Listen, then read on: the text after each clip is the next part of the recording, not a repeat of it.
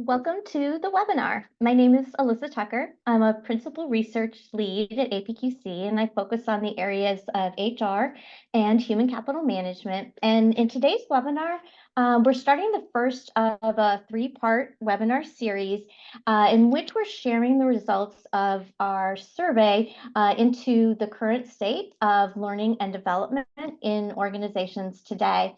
So the survey was fielded in 2023, and it collected data about learning and development drivers, practices, and outcomes. We had 300 learning and development leaders from across the globe and from across industries responding to the survey. And our survey submissions also represented a wide range of organizations in terms of revenue, as well as employee headcount.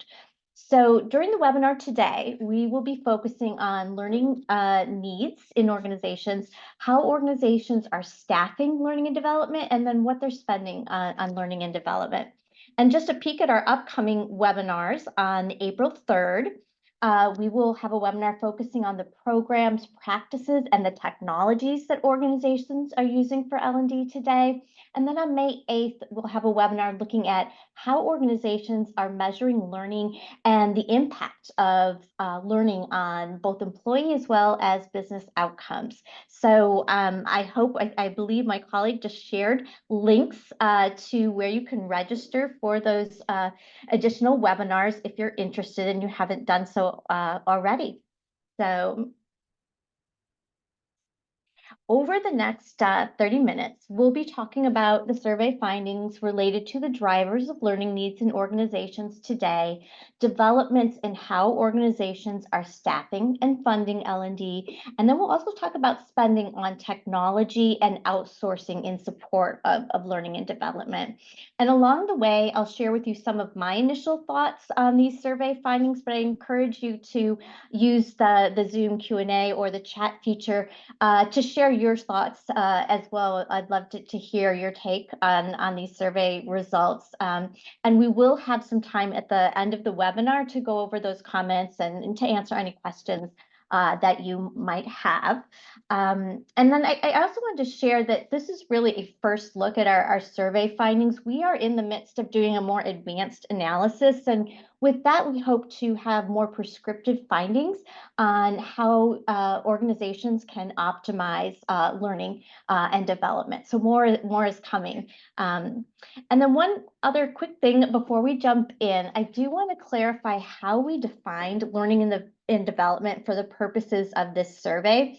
So for this survey, learning and development includes onboarding, performance management, career development, as well as training and development. And this definition aligns with APQC's process classification framework, which we call the PCF for short. So the PCF is a taxonomy of business processes, and it has a section that is devoted to human capital management processes. And within that, one of those processes is learning and development. And at the end of the slide, at the end of the slide deck is a link to APQC's PCF, which is open to everyone. I will share that the slide deck as well as the recording will be sent to all attendees and registrants in about 2 days. So if you're interested in learning more about the PCF, there's certainly a way to do so. Okay, so keeping this definition of learning and development in mind, let's turn and talk about the context for learning and development in organizations today, specifically the business objectives and then the talent trends that are behind the types of learning and development that employees and organizations need. So among the organizations that we surveyed, the top 3 business objectives that are driving learning are boosting productivity, improving competitive positioning, and leveraging the latest technologies. So in my conversations with HR and with business leaders, boosting productivity is a business objective that I've been hearing about a lot. Leaders are focused on how their organizations can do more with less, and for a variety of reasons. They're looking to protect the bottom line in a period of economic uncertainty. they're looking for funds to invest in new technologies such as generative AI, and they're aiming to beat the competition when it comes to leveraging the benefits of these new technologies and artificial intelligence.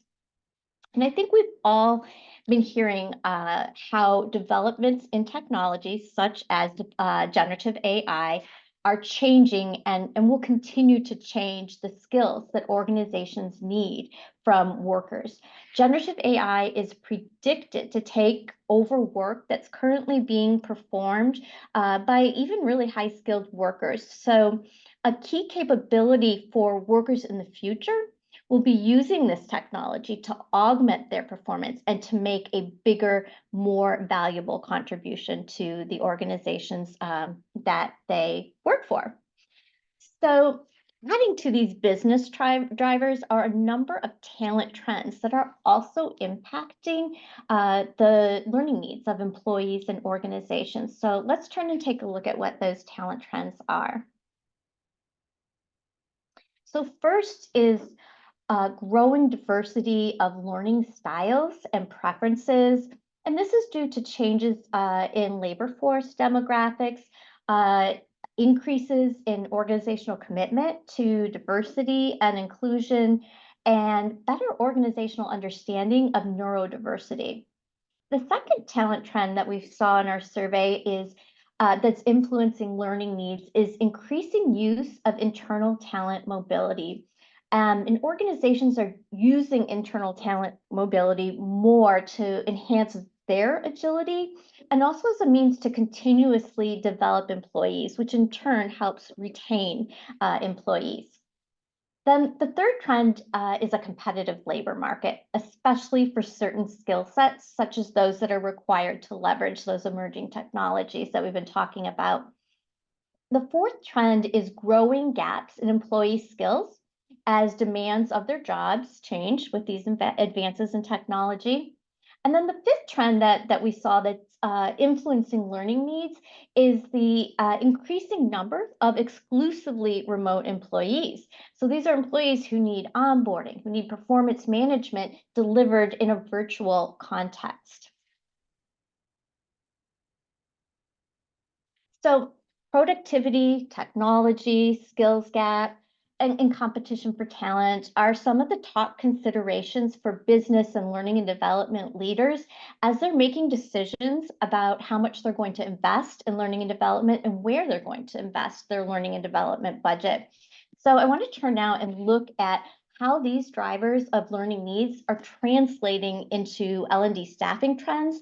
And then after we look at staffing, we'll look at how they're impacting learning and development spending in organizations today.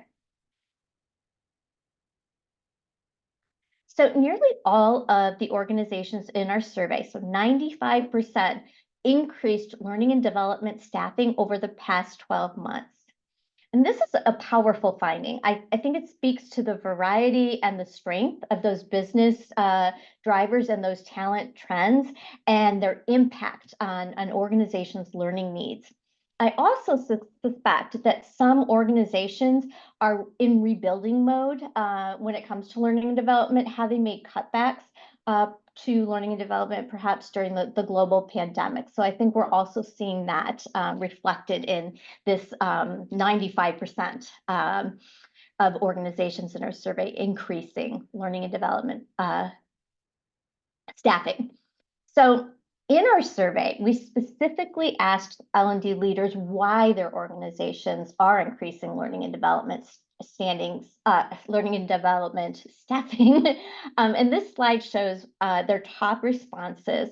And these responses, I think, do align with the business and talent drivers that we just discussed. But for me, as a whole, they paint a picture of the opportunities as well as the challenges that are faced by the learning and development function today. So opportunities and challenges such as delivering on greater, more varied and novel learning needs, implementing and optimizing new learning technologies, and making the business case for a larger L&D budget, while at the same time finding ways to stretch the learning and development budget. So for example, by spending less on outsourcing and maybe more on technology that automates aspects of delivering learning and development. So dealing with all of these changes, today's learning and development function is likely on a learning curve that at least for the near term may be putting pressure on how efficient and productive the L&D function can be. And I do want to share one thing while we're on this slide. I was initially surprised that learning and development leaders told us that learning and development technologies are driving increases in learning and development staffing. This is really the opposite of what I was expecting to see. And my thinking was that learning and development technologies present an opportunity to automate many aspects of learning and development, which in turn would make it possible to reduce the number of L&D staff that are needed. And in thinking about these results, perhaps my hypothesis will pan out or prove true over time. But I think this current finding suggests, at least to me, that in the near term, implementing new learning technologies and taking advantage of the capabilities that these technologies have, so thinking about learning analytics and taking advantage of those capabilities, this requires more L&D staff and L&D staff that possess new sets of skills. So that's my initial thinking on this surprising finding for me. So we can look at learning and development staffing in the context of organizational revenue as well as headcount. So when we look at it in the context of revenue, we found organizations in the top performer quartile have at least 16 fewer learning and development FTEs per 1 billion in revenue compared to organizations in the bottom performer quartile. And the median is 11 learning and development FTEs per 1 billion in revenue. And FTE stands for full-time equivalent. So when we look at L&D staffing in the context of overall enterprise headcount, we see that organizations in the top performer quartile serve at least twice as many employees per L&D FTE. And the median here is 261 employees per L&D FTE. And one thing I want to note, and I'll continue to note as we go through this, this presentation, is that while we define for this measure top performers as organizations that are more efficient and productive and thus have fewer L&D FTEs doing more work, greater efficiency and productivity in learning and development are really only desirable to the extent that the L&D function is delivering the learning that the organization needs, when it needs it, and at a price point that is within budget. So when we're assessing the learning and development function, when we're setting targets for improvement of the learning in the learning and development function, it's important to look at a balanced set of measures, such as learning and development cost, time to competency, employee performance ratings, and internal promotion rates, in addition to these staffing measures that we're looking at on this slide. Really only then can an organization get a full picture of the performance of its L&D function.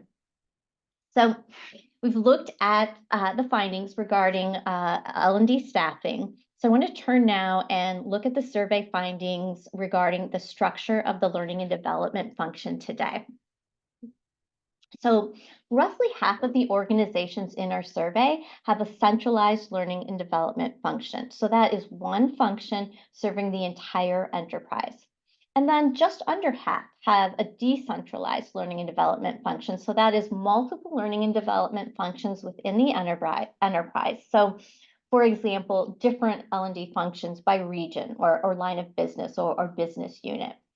And we saw that few of the organizations in our survey use a federated model, which is a hybrid approach, where there is a central learning and development function that serves the common needs of the entire enterprise. And then there are decentralized L&D functions that serve the specialized needs of different regions, different lines of business or business units, for example. So just a few points I want to make here in terms of, how do you make a decision for your organization, in terms of what the right structure is for your learning and development function? And Just a few points. Centralization can make it easier for you to standardize your learning and development processes around best practices.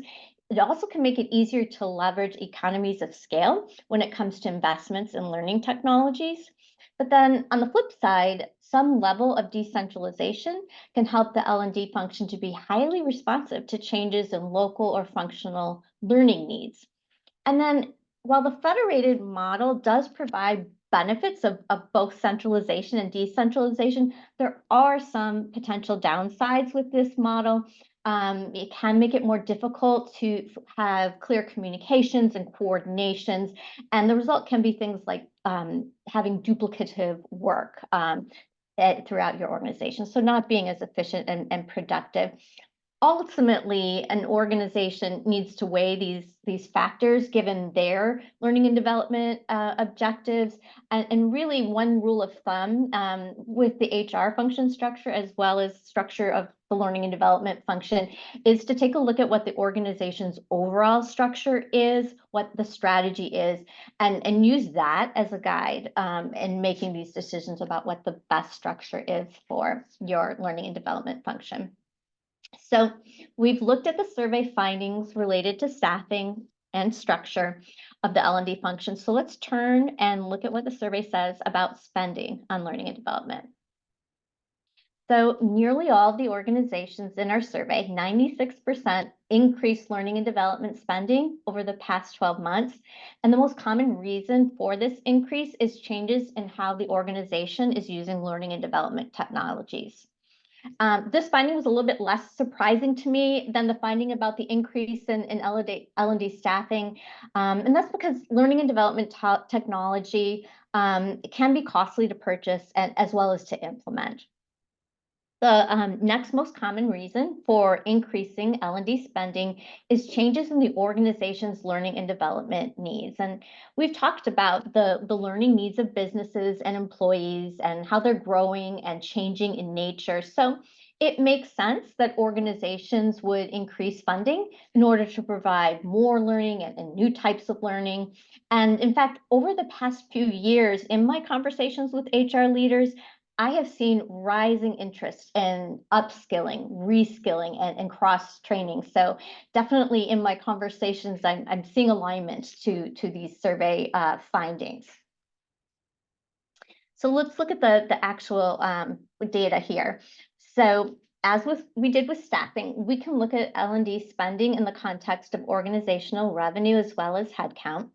So when we look at L&D spending in the context of revenue, we see that organizations in the top performer quartile spend at least $4.33 less on L&D per $1,000 revenue compared to organizations that are in the bottom performer quartile. The median here is $3.60 per $1,000 in revenue.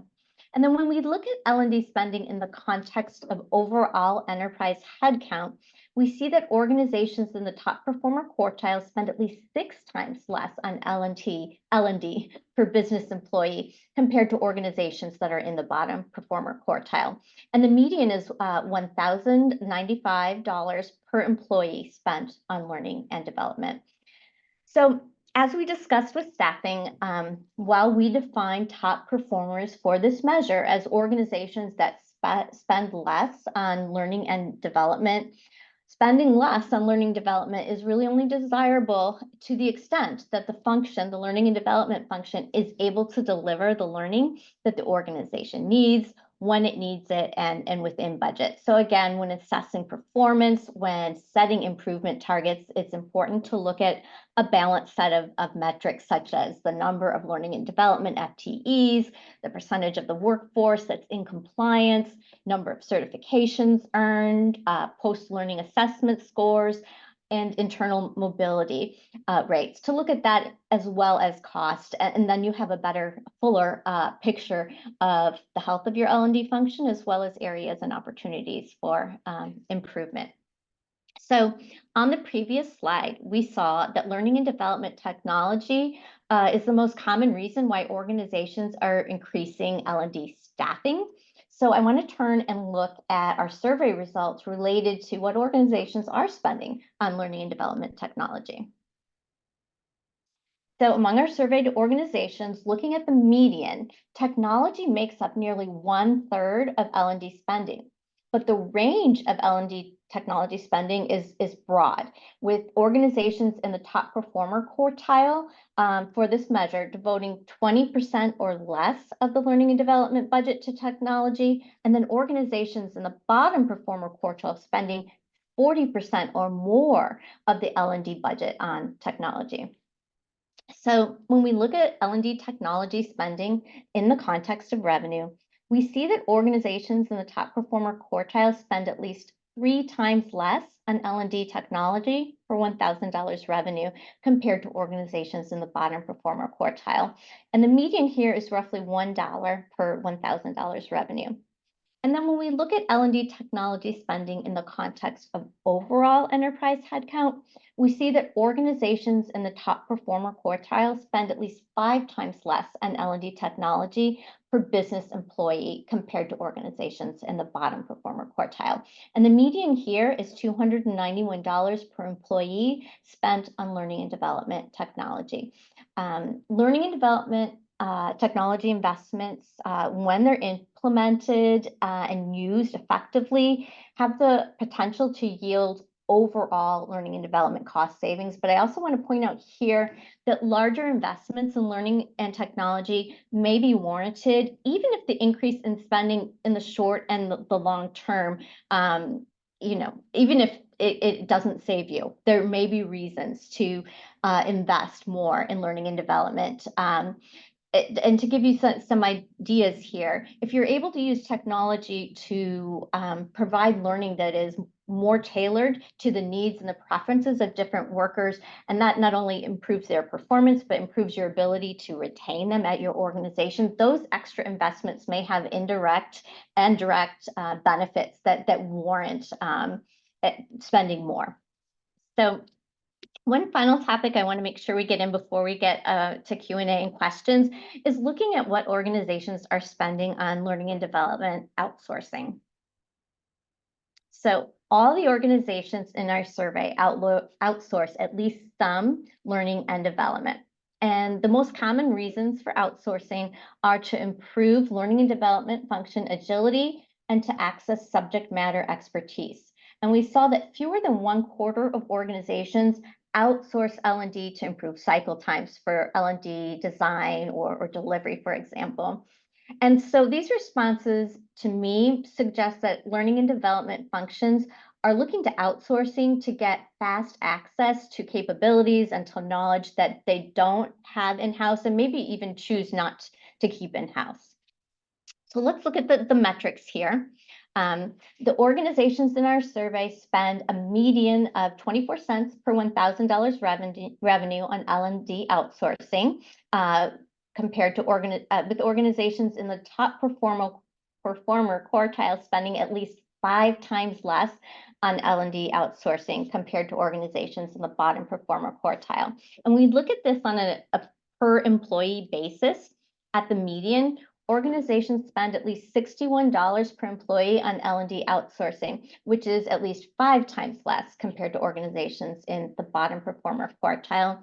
And again, we define top performers for this measure as organizations who spend less on L&D outsourcing, but as we've been saying all along, spending less is only desirable to the extent that your function, your learning development function, is able to deliver the learning that the organization needs when it needs it and within its budget. So this brings me to the end of my prepared presentation. Our next webinar, I'll remind you, on April 3rd, we'll delve deeper and we'll look at how these staffing and spending trends translate into specific learning and development programs, practices, and technologies that are in use in organizations today.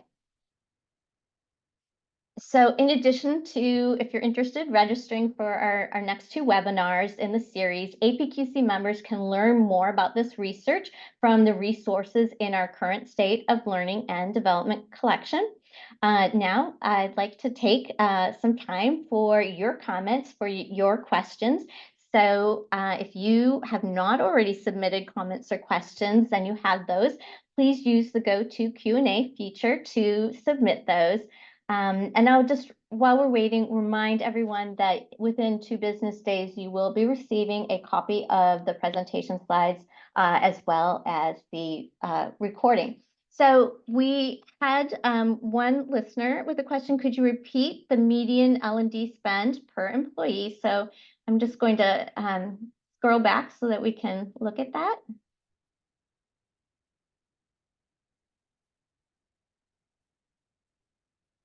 I think I went too far. Here we go. So let's see. The median is $1,095 per employee spent on L&Ds.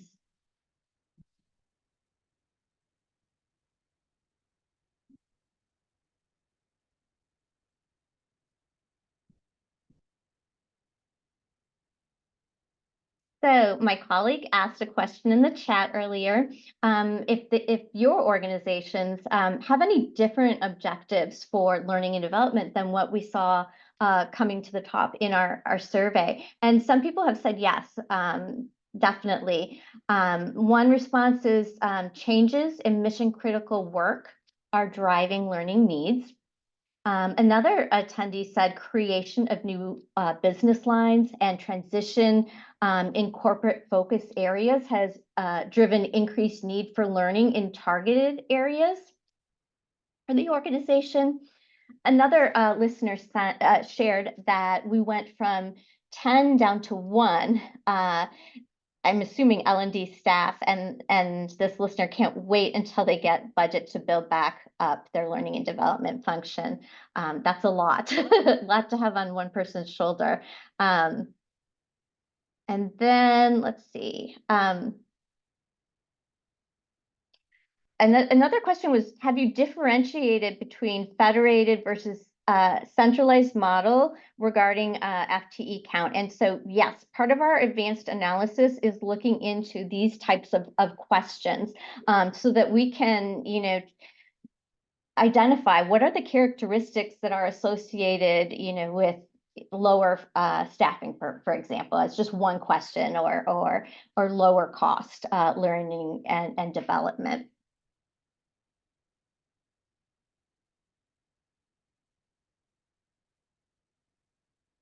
See, we've got a couple more minutes. One comment, and I think this is really interesting. It appears that now organizations are looking more and more for customized training needs rather than standardized trainings. And I definitely think that that is something that is coming through in these survey results. And I think that there's a need. Workforces are becoming more diverse, and organizations are recognizing diversity in learning styles and preferences. But at the same time, we're also seeing learning technologies providing new capabilities that help organizations more cost effectively personalize learning experiences. So I think we're seeing more than one trend come together here.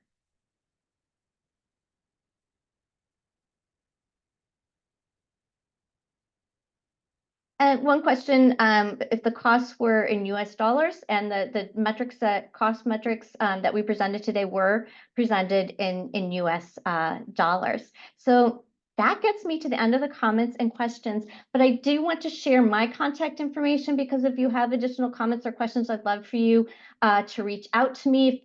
Especially as we continue to do more advanced analysis on these results. If you have specific research questions, send them my way. It might be something that we can add to our list. And I just, again, you'll be receiving a copy of the slides and the recording within 2 days. And in addition to registering for our upcoming learning and development webinars, check out APQC's upcoming conference that is coming up this spring in Houston. We also have roundtables and monthly webinars on other topical areas such as process and performance management and knowledge management. So encourage you to check those out. You can connect with APQC and follow our research and our happenings via social media. And then here's my contact information. Feel free to reach out to me via email at etucker@apqc.org. I'd love to hear your thoughts, your questions as we move forward with this research. So thank you so much for taking the time to join us today. And I hope to see you April 3rd for our next webinar where we delve deeper into these survey results. So have a great rest of your day.